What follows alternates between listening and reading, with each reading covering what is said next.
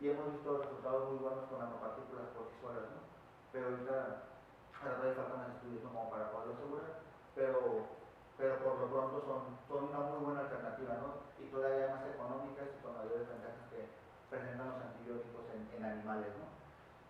Y bueno, mi área, que es la parte de enfermedades infecciosas, esto es algo importante decir, es que este es un reto a nivel del sector salud. De hecho, la Organización Mundial de la Salud sacó algo llamado los retos del milenio. Tiene un par de años que sacó esto. Y son 8 retos, son 8 problemas fuertes a nivel mundial que se deben de atender. Uno de esos problemas son las enfermedades infecciosas, uno de los problemas más importantes. Sobre todo porque a pesar de que tenemos una diversidad de clases de antibacterianos, antifúngicos y demás, en sí la variedad es limitada. Y esto nos genera un problema adicional, que aparezca resistencia por parte de los microorganismos contra las sustancias antibióticas. Y esto es un problema realmente fuerte. Ahorita vamos a ver una gráfica más adelante. Pero imagínense, ¿qué les gusta? 10 años de investigación, millones de dólares invertidos, experimentación en células, estudios a nivel de la dinámica celular y todo lo demás, experimentación en animales, experimentación finalmente en humanos, para que después de todo eso, en un año aparezca la variedad de resistencia. O sea, realmente el problema que tenemos ahorita de la generación de resistencia por parte de los microorganismos es un problema muy fuerte, es un problema grave reconocido a nivel internacional. Claro, tampoco las quieres matar, ¿verdad? Porque esto es no es para la mayoría de las cepas, pero sí para muchas de ellas que están empezando a cobrar importancia. Entonces es importante que desde ahorita empecemos a cobrar conciencia de que esto en un futuro podría ser un problema más generalizado si no se atiende de manera adecuada, ¿no? Entonces, pues los microorganismos han tenido diferentes formas de poder resistir precisamente a las enfermedades, ¿no? Y bueno, un problema asociado con el uso de antibióticos son los efectos secundarios, que regularmente son adversos, y principalmente se relacionan con el daño a nivel biológico, ¿no? Por ejemplo, el daño hepático, ¿no? Y por lo tanto, pues es importante desarrollar nuevos antibióticos. Pero algo que se ha visto, un consenso también que hay a nivel internacional, es que actualmente no es posible seguir el paso de la generación de mecanismos de resistencia. Es decir, nosotros podemos invertir mucho tiempo y dinero y talento tratando de desarrollar un antibiótico, pero esto no es lo suficiente con la tecnología o la aproximación más bien que tenemos actualmente, la perspectiva que tenemos de generar antibióticos. Esto no nos permite mantener el paso con la generación de resistencia de antibióticos, ¿no? Entonces, pues sí es un problema fuerte. Y aparte, la FDA, por el estricto control que tiene, lo cual es bueno, también y sirve también como candado para ir limitando la cantidad de antibióticos que se pueden ir aprobando, ¿no?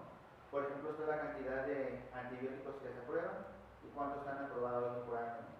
Y conforme se tienen más estudios, más evaluaciones acerca de los posibles efectos secundarios, las cuestiones económicas y demás, pues la tendencia es de generar nuevos antibióticos va a la baja, ¿no? Entonces también es un problema adicional que cada vez contamos con menos sustancias antibióticas nuevas, ¿no? Seguimos conservando las anteriores, pero cada vez aparecen menos variedad, ¿no? Y bueno, pues es un problema muy fuerte, ¿no? Ahora, lo que les comentaba, ¿no? Por ejemplo, cuando se descubrió la penicilina y cuando se empezó en el 45 a usar de manera generalizada, de hecho en la Segunda Guerra pues hay monumentos a Fleming, ¿no?, de la Segunda Guerra por todas las vidas que se salvaron gracias al descubrimiento de la penicilina. Fíjense, pasaron, ¿qué les gusta?, casi 40 años para que aparecieran las primeras cepas resistentes. La penicilasa es una enzima que permite evitar el efecto de la penicilina, ¿no? Pero realmente los primeros resistentes a la penicilina fueron hasta 1983. Y así vemos, ¿no?, cómo aparece la sustancia. Aquí la resistencia apareció luego, pero porque ya es una sustancia relativamente simple. Pero, y bueno, y así vamos viendo las diferentes apareció y cuándo aparecieron las resistencias, ¿no? Los últimos han sido realmente muy rápidos, particularmente este. Este que es el último que se aprobó en el 2001 y después de este nos han aprobado nuevos antibióticos para bacterias. Antifúngicos, el último se creó en el 2003, que son las echinocaninas, no aparecen en esta tabla, porque esta tabla se concentraba más que nada para bacterias. Pero la último antibacteriano fue en el 2000, que es la linezolida. El último antifúngico fue en el 2003, que son las echinocaninas. Y de allá para acá no se han generado nuevos materiales. Seguimos trabajando.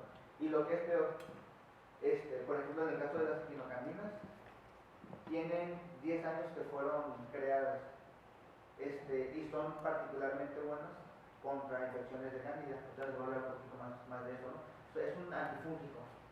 Si ustedes tienen una infección ahorita de origen fúngico por hongos y van a un médico, lo primero que les va a recetar es fluconazol, que para algunas especies de hongos no funciona.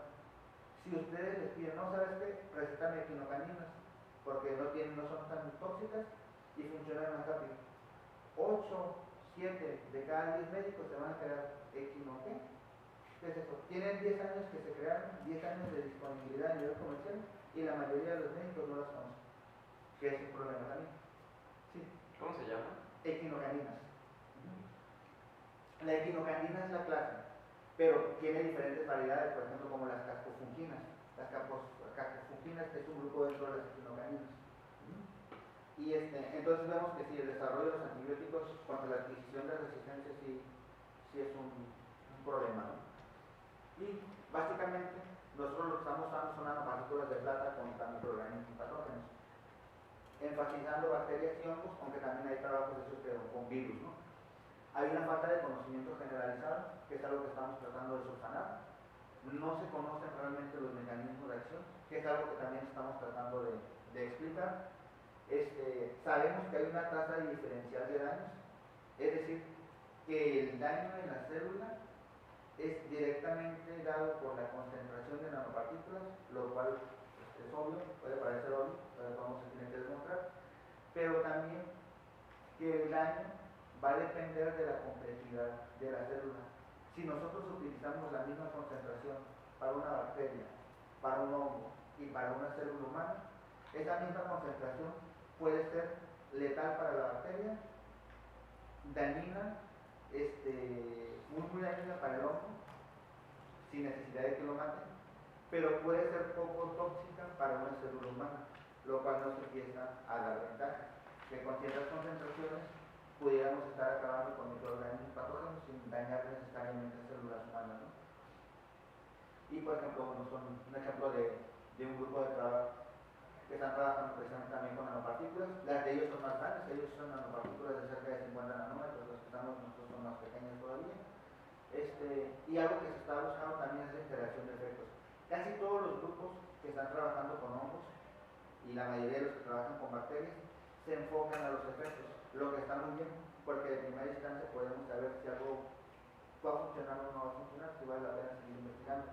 El problema es que casi ningún grupo se centra en la interacción.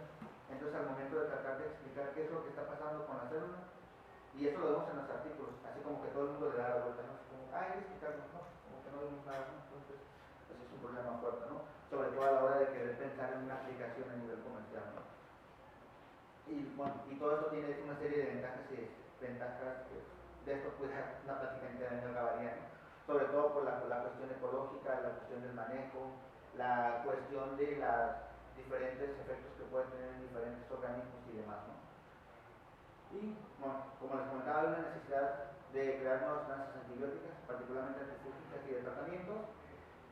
Con los antibióticos actuales hay una incertidumbre de que no se sabe realmente qué vaya a pasar de aquí a unos 10 años con la tendencia actual el paradigma actual de creación de antibióticos, y por lo tanto los nanomateriales, ya para aterrizarlo bien, se proponen como agentes antimicrobianos novedosos, tienen propiedades físico-químicas únicas y al decir que son no tradicionales, son cosas que son completamente desconocidas en la naturaleza en cuanto a la interacción que se da. Por lo tanto, bueno, son desconocidos en la naturaleza como tal, para la mayoría de las células. Y dos, y lo que es más importante, que pueden tener mecanismos de acción generalistas.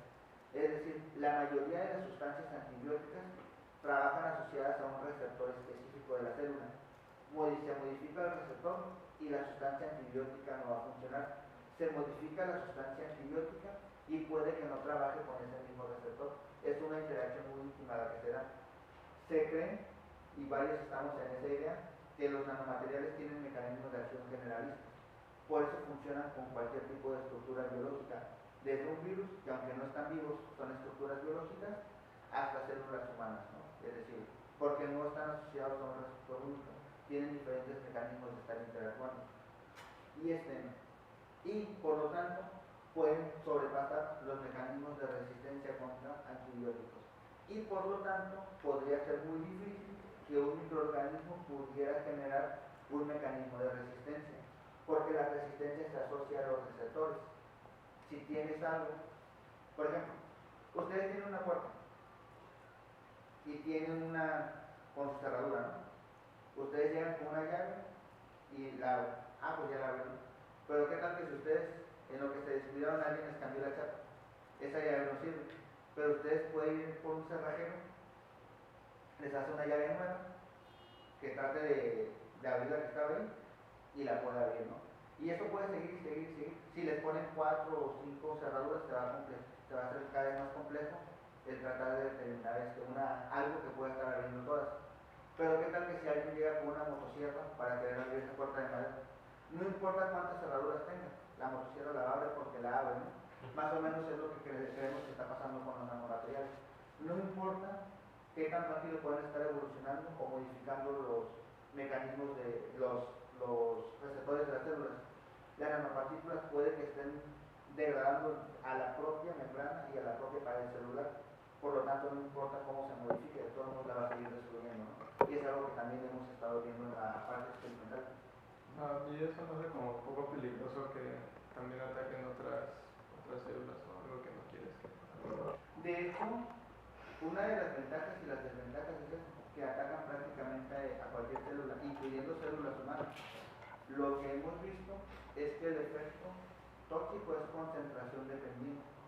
Es decir, que con una concentración relativamente baja puede que no le estemos haciendo nada a las células humanas, pero estemos destruyendo a las células de los hongos y de las bacterias. De hecho, también dentro del grupo de trabajo se están haciendo estudios de algo llamado genotoxicidad y citotoxicidad de la nanopartícula celular. Es decir, la genotoxicidad les dice cuál es el efecto tóxico en el material genético, lo que se pudiera relacionar con mutaciones, problemas que se pueden heredar a la descendencia y demás. Y la citotoxicidad le dice cuál es el daño directo en la célula, por ejemplo en la pared, en la membrana, en los organelos y demás, algo que puede estar afectando su funcionalidad. Entonces están haciendo esos estudios también. Y bueno, las nanopartículas que les había mostrado anteriormente. Y aparte de las nanopartículas de plata, esto es para nanomateriales microbianos para bacterias, que es de lo que se sabe un poco más. Son los diferentes nanomateriales. ¿Cuál es el mecanismo que se piensa que pudiera ser el principal? Aunque algunos de ellos están un poquito extraños. Y cuáles algunas de las ventajas o aplicaciones, ¿no?, que se les pueda estar dando, ¿no? Entonces, estas son las nanopartículas de plata. Nosotros creemos que todavía hay muchísimos más mecanismos, vemos realmente más aplicaciones que pero pues sin duda alguna hay otros materiales, ¿no? De hecho, por ejemplo, están bueno, aquí no aparecen, aquí están las de dióxido de titanio. También se han estudiado mucho aquí en México. Bueno, mucho es relativo, porque realmente hay pocos estudios, ¿no? Pero también se han estudiado aquí, nada más que se ha encontrado que para formas y tamaños similares a las de plata son ligeramente más tóxicas para células humanas.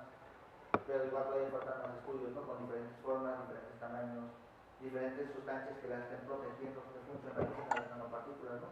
Pero esto es un campo enorme. donde hay bastantes áreas para investigar todavía, sobre todo en sistemas biológicos, ¿no? Nada más una panorama general de las más comunes, ¿no? Y bueno, las nanopartículas de plata son las más prometedoras, las que se han encontrado hasta ahorita, ¿no? Y esto esa es la conclusión a la que han llegado diferentes grupos de investigación, particularmente grupos europeos y asiáticos. Se considera que pudiera haber efectos sinérgicos con las nanopartículas de plata y con los antibióticos, y en los microorganismos se ha trabajado con efectos antivirales. De hecho, también en nuestro grupo de trabajo se ha trabajado con animales que han sufrido infecciones por virus. Se ha trabajado bueno, y se está empezando ahorita a hacer la parte un poquito más complicada, que es trabajar, por ejemplo, con virus del SIDA, porque ya se estudian algunos efectos en pacientes, a veces se van a estudiar virus por separado, y aparte se ha estudiado los virus en células humanas, ¿no? Entonces, pero realmente a nivel internacional es muy poco lo que se sabe, ¿no? En bacterias es donde se sabe más, es donde si ustedes ponen nanopartículas, salud, y lo buscan en algún buscador de artículos, no sé, Sevieres o lo que quieran, incluso en Google académico, la mayoría de los artículos que están relacionados con nanomateriales en cuestiones médicas van a estar asociados a bacterias, ¿no? Pero sí hay más variedad. Y en hongos, prácticamente, que es el conocido de trabajo, prácticamente son desconocidos. El grupo más fuerte es un grupo de coreanos, es el de Kim y colaboradores. Les puedo decir que son 5 artículos los que estén tratando de demostrar qué es lo que está pasando. Y de esos 5 artículos, solamente uno hace una propuesta, una hipótesis, porque no la demuestran a nivel experimental, de